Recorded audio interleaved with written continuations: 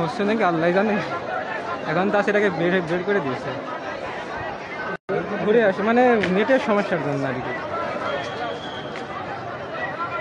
I নিচাই এত ভাই এখন তো কিছু হচ্ছে না, 2টা পর্যন্ত টাইম দিচ্ছে তো।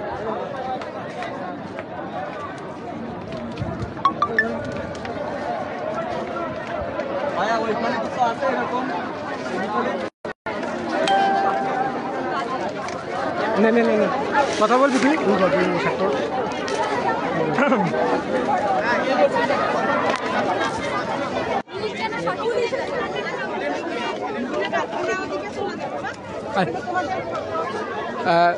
সুপ্রিয় দর্শকবৃন্দ, আপনারা কিন্তু দেখতে পাচ্ছেন আমরা এই মুহূর্তে উপস্থিত আছি খুলনা শহরের শিববাড়ি মোড়ে।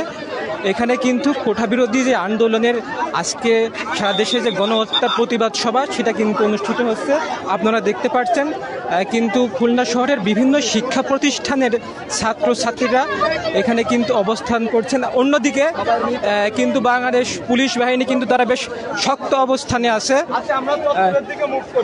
মূলত সর্বশেষ তথ্য পাওয়া পর্যন্ত কিন্তু তারা আন্দোলনকারীরা পুলিশদের সাথে কথা বলে দুপুর 2টা পর্যন্ত আন্দোলন করার সময় পেয়েছে, অর্থাৎ তারা 2টা পরে খুলনা শিববাড়ি মোড় সহ অন্য সকল স্পট ছেড়ে চলে যাবে। আন্দোলন করতে দিচ্ছে না, আমরা এখানে শান্তিপূর্ণ আন্দোলন করতে আসছি।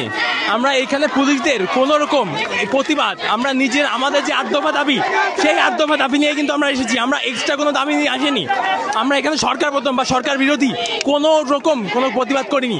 আমরা শুধুমাত্র আমাদের 8 দফা দাবি, আমাদের যে সমন্বয়করা, এই সমন্বয়কদের যে গ্রেপ্তার করা হয়েছে সেই গ্রেপ্তার প্রত্যাহারের জন্য আমরা এসেছি। আমাদের এই শান্তিপূর্ণ আন্দোলন বিঘ্নিত করার কারণটা কি?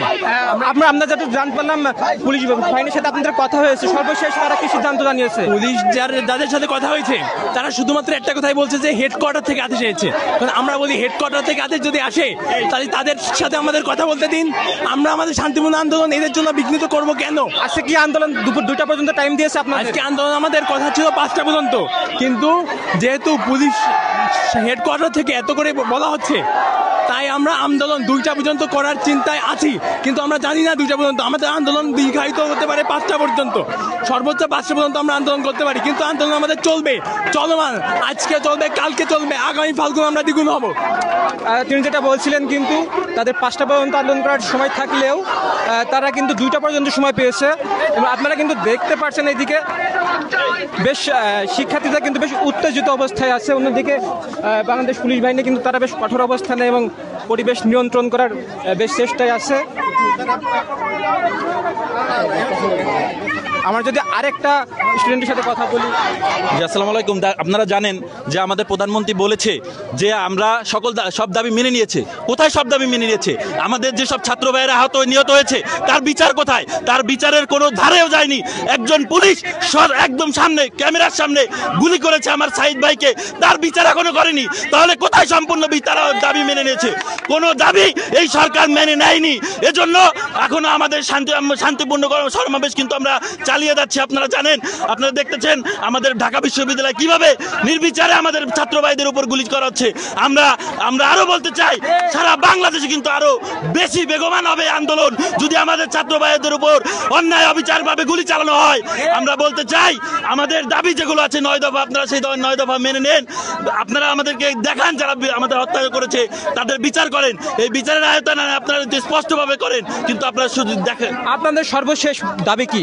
আমাদের 9টি দাবি আছে। সেই 9টি দাবির মধ্যে একটা দাবি যেটা কোটা সংস্কারের সেটা আপনারা দেখেছেন সরকার মেনেছে যে 7% দিয়েছে সাধারণ ইসের জন্য কোটায়, কিন্তু 93% সাধারণ শিক্ষার্থীদের জন্য। কিন্তু এখন এই যে আমাদের 150 প্লাস, যেটা আপনারা গণমাধ্যমে দেখছেন 150 প্লাস শিক্ষার্থী, 200 প্লাস, সেখানে এত শিক্ষার্থী মারা গেছে, এর বিচার কোথায়? আমার সাহিদ ভাইয়ের গুলি হয়েছে, সের বিচার কোথায়? সব প্রকাশ্যে ভিডিও দেখতেছেন, এর কোনো বিচার হয়নি। 9টি আমাদের যে দাবি শুধুমাত্র একটা কোটা, এখন আমরা কোটা দিয়ে কি করবো? এখন আমাদের দাবি, এই দাবি মেনে নিতে হবে। 9 দফার জন্য আমরা আহ্বান জানাবো বাংলাদেশের সাধারণ জনগণ, আমরা আহ্বান জানাবো শিক্ষকদের। এই শিক্ষকরা এখনো শিক্ষকরা কেন এখনো বসে আছে? শিক্ষকরা কেন এখনো ঘরে বসে আছে? আচ্ছা। যে ছাত্রদের উপর গুলি চলে সেই শিক্ষকরা কেন এখনো ঘরে বসে আছে? সবাই নামেন। আপনারা যতটুকু দেখছিলেন কিন্তু তারা কিন্তু 9টি দাবি নিয়ে মূলত এখানে উপস্থিত হয়েছে, কিন্তু আমি যতটুকু জানি খুলনাতে কিন্তু বাংলাদেশ পুলিশ বাহিনী বেশ শান্তিপূর্ণ অবস্থানে কিন্তু তারা আছেন। তারা কিন্তু এখনো কোনো রিয়াকশনে যায়নি, তারা কিন্তু বেশ তাদের সাথে স্টুডেন্টদের সাথে সুন্দর ব্যবহার করছে। আমরা যদি আশেপাশে পরিবেশ আপনাদেরকে একটু দেখাই, দেখতে পাচ্ছেন কিন্তু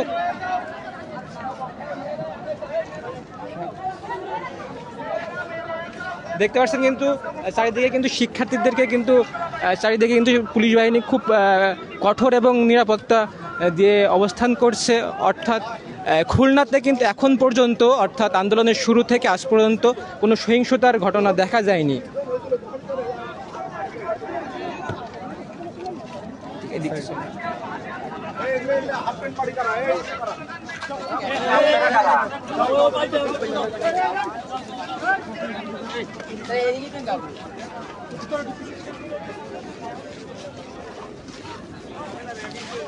আরেকটা জিনিস যদি আপনাদেরকে দেখাই, গতকাল যে দেয়াল লিখন কর্মসূচি ছিল সেটা কিন্তু সারা দেশে নয় খুলনাতে হয়েছে। আপনাদের যদি দেখেন তারা কিন্তু রাস্তায় আন্দোলনরত শিক্ষার্থীরা কিন্তু বিভিন্নভাবে তাদের প্রতিবাদের যে ভাষা সেটা কিন্তু তাদের লিখনের মাধ্যমে প্রকাশ করেছে।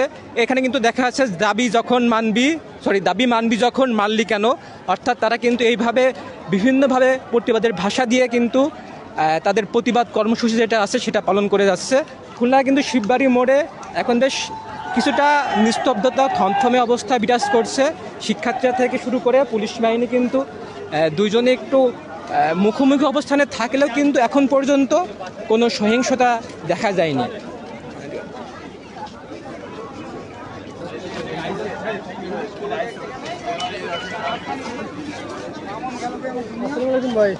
ফোন ধরা তো টাইম এখন এই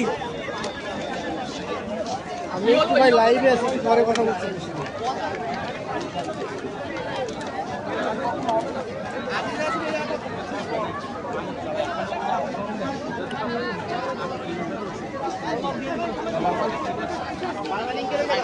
আমরা যদি আপনাদের আরেকটু আন্দোলনের মুখবিদ্ধ দেখানোর চেষ্টা করি, ভাই একটু সাইড দিবেন যদি, ভাই একটু।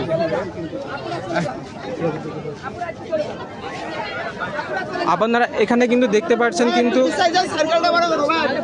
সেক্ষেত্রে কিন্তু তাদের যে রাস্তায় কিন্তু চিত্রলিখন বা বিভিন্ন লিখন পদ্ধতির মাধ্যমে তাদের আন্দোলন কিন্তু বজায় রেখেছে।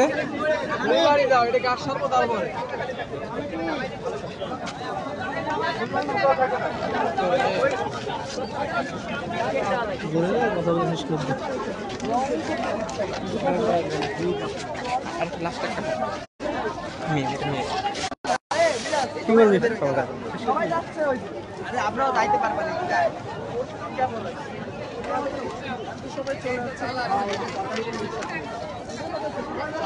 আমাদের থেকে আমি আগে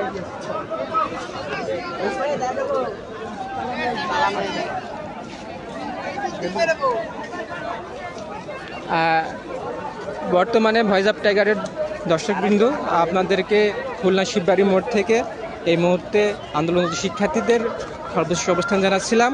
আবার অন্য সময় দেখা হবে, আমাদের সঙ্গে থাকুন। ধন্যবাদ।